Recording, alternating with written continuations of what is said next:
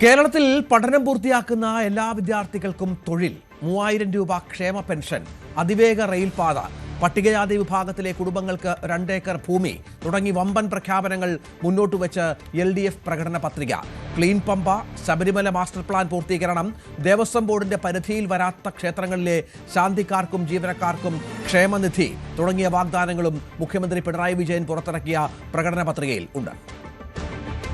അമ്പരപ്പിക്കുന്ന ഞെട്ടിക്കുന്ന പ്രഖ്യാപനങ്ങളില്ലാതെയാണ് LDFന്റെ പ്രകടന പത്രിക പുറത്തിറക്കിയിരിക്കുന്നത്. 2 തവണയായി 10 വർഷം പിന്നിടുന്ന സർക്കാരിന്റെ ഒരു തുടർച്ച എന്ന രീതിയിൽ തന്നെ വേണം ഈ പ്രകടന പത്രികയെ വിശേഷിപ്പിക്കാൻ. ഇതിൽ ഏറ്റവും പ്രധാനപ്പെട്ട പ്രഖ്യാപനം ക്ഷേമ പെൻഷനുകളെല്ലാം 3000 രൂപയെ ഉയർത്തിയിരിക്കുന്നു എന്നത് തന്നെയാണ്. നേരത്തെ തന്നെ പ്രതീക്ഷിക്കപ്പെട്ടിരുന്നതാണ് 3000 രൂപയെ പെൻഷൻ ഉയർത്തുമെന്ന്. എന്നാൽ അതിനേക്കാൾ വലിയ തുകയും വോട്ടർമാർ പ്രതീക്ഷിച്ചിരുന്നു എന്ന് വേണമെങ്കിൽ നമുക്ക് പറയാൻ കഴിയും. എല്ലാ സാമൂഹ്യ പെൻഷനുകളും വർദ്ധിപ്പിച്ചിരിക്കുന്നു. ഒപ്പം റബ്ബറിന് 300 രൂപ താങ്ങുവില പ്രഖ്യാപിച്ചിരിക്കുന്നു. നെല്ലിന് 35 രൂപയും നാളികേരത്തിന് 45 രൂപയുമായി വർദ്ധിപ്പിച്ച ഒരു സാഹചര്യമുണ്ട്. സ്ത്രീകളുടെ 50% ആളുകൾക്കും തൊഴിൽ ഉറപ്പുവരുത്തുന്ന രീതിയിലുള്ള പദ്ധതികൾ നടപ്പിലാക്കും എന്ന് പറഞ്ഞിരിക്കുന്നു.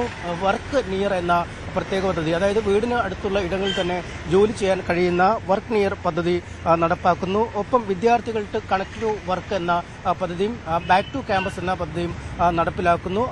അഭ്യസ്തവിദ്യരായ തൊഴിൽരഹിതരായ ആളുകൾക്ക് വായ്പ നൽകി, പലിശരഹിതമായി വായ്പ നൽകി സംരംഭങ്ങൾ കൊണ്ടുവരാനുള്ള ഒരു നടപടി കൈക്കൊള്ളുന്നു. ഒപ്പം കാരുണ്യ ആരോഗ്യ ഇൻഷുറൻസിന്റെ പരിധി 5 ലക്ഷത്തിൽ നിന്നും പൂർണ്ണമായി എടുത്തു കളഞ്ഞിരിക്കുന്നു. പരിധികളില്ലാത്ത ചികിത്സ ഇനി ആശുപത്രികളിൽ ലഭ്യമാവും. ഒപ്പം ഈ കാരുണ്യ പദ്ധതിയിലും അല്ലെങ്കിൽ മറ്റ് ആരോഗ്യ ഇൻഷുറൻസ് പദ്ധതികളോ പെടാത്ത ആളുകൾക്ക് മറ്റൊരു പുതിയ ആരോഗ്യ ഇൻഷുറൻസ് പദ്ധതി നടപ്പിലാക്കും എന്ന് പറഞ്ഞിരിക്കുന്നു. ശബരിമല മാസ്റ്റർ പ്ലാൻ പൂർത്തിയാക്കും. അഭ്യസ്തവിദ്യരായ ആളുകൾക്ക് പലിശരഹിത വായ്പ, കേരളത്തിൽ പഠിച്ചാൽ ജോലി ഉറപ്പ്, വിദേശത്തു നിന്നും ഇതര സംസ്ഥാനങ്ങളിൽ നിന്നും കൂടുതൽ വിദ്യാർത്ഥികളെ കേരളത്തിലേക്ക് ആകർഷിക്കുന്നതിനുള്ള പദ്ധതികൾ, ഇടുക്കി, വയനാട്, കാസർഗോഡ്, കുട്ടനാട് പാക്കേജുകളുടെ തുടർച്ച ഈ മാനിഫെസ്റ്റോ അല്ലെങ്കിൽ പ്രകടന പത്രിക മുന്നോട്ട് വെക്കുന്ന ഒരു സാഹചര്യമുണ്ട്. തൊഴിലുറപ്പ് പദ്ധതി മുൻവർഷങ്ങളിലെ പോലെ തന്നെ നടപ്പിലാക്കും. ഒപ്പം കേരള ചിക്കൻ മാതൃകയിൽ ആടുഗ്രാമം, പോത്തുഗ്രാമം, മുയൽഗ്രാമം പോലുള്ള പദ്ധതികൾ എല്ലാ പഞ്ചായത്തിലേക്കും വ്യാപിപ്പിക്കും.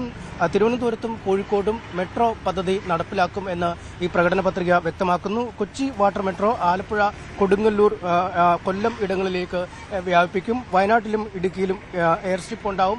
ലൈഫ് മിഷൻ 2.0 എന്ന രീതിയിൽ 2ാം ഘട്ട ലൈഫ് മിഷൻ പദ്ധതിയിലൂടെ മുഴുവൻ ഭവനരഹിതരായ ആളുകൾക്കും വീടുകൾ നിർമ്മിക്കും. രാജ്യത്തെ പാർപ്പിട പ്രശ്നം ഇല്ലാത്ത ഏക സംസ്ഥാനമായി കേരളത്തെ മാറ്റുകയാണ് ലക്ഷ്യം. ഒപ്പം ഏറെ ചർച്ചയായി മാറിയിരിക്കുന്ന എയിംസ്, ഇക്കാര്യത്തിൽ കേന്ദ്രത്തിൽ നിന്നും ഒരു അനുകൂല നിലപാട് ലഭിക്കാത്ത ഒരു സാഹചര്യത്തിൽ അന്തർദേശീയ നിലവാരത്തിൽ എയിംസിനേക്കാൾ മികച്ച മെഡിക്കൽ ഗവേഷണ ആശുപത്രി സ്ഥാപിക്കും എന്ന് അറിയിച്ചിട്ടുണ്ട്. ഒപ്പം ഏറെ സാമൂഹ്യ പ്രസക്തിയുള്ള, സ്ത്രീകളെ സംബന്ധിച്ചും ഏറെ ഗുണകരമായ സർക്കാരുമായി ബന്ധപ്പെട്ട സ്ഥാപനങ്ങളിൽ ആർത്തവ അവധി നൽകുമെന്നും ഈ പ്രകടന പത്രികയിൽ പറയുന്നുണ്ട്. ഇത്തരത്തിൽ നേരത്തെയുള്ള മാനിഫെസ്റ്റോകളുടെ അല്ലെങ്കിൽ പ്രകടന പത്രികകളുടെ ഒരു തുടർച്ച തന്നെയാണ് ഇത്തവണയും. വലിയ ഞെട്ടിക്കുന്ന പ്രസ്താവനകളില്ല.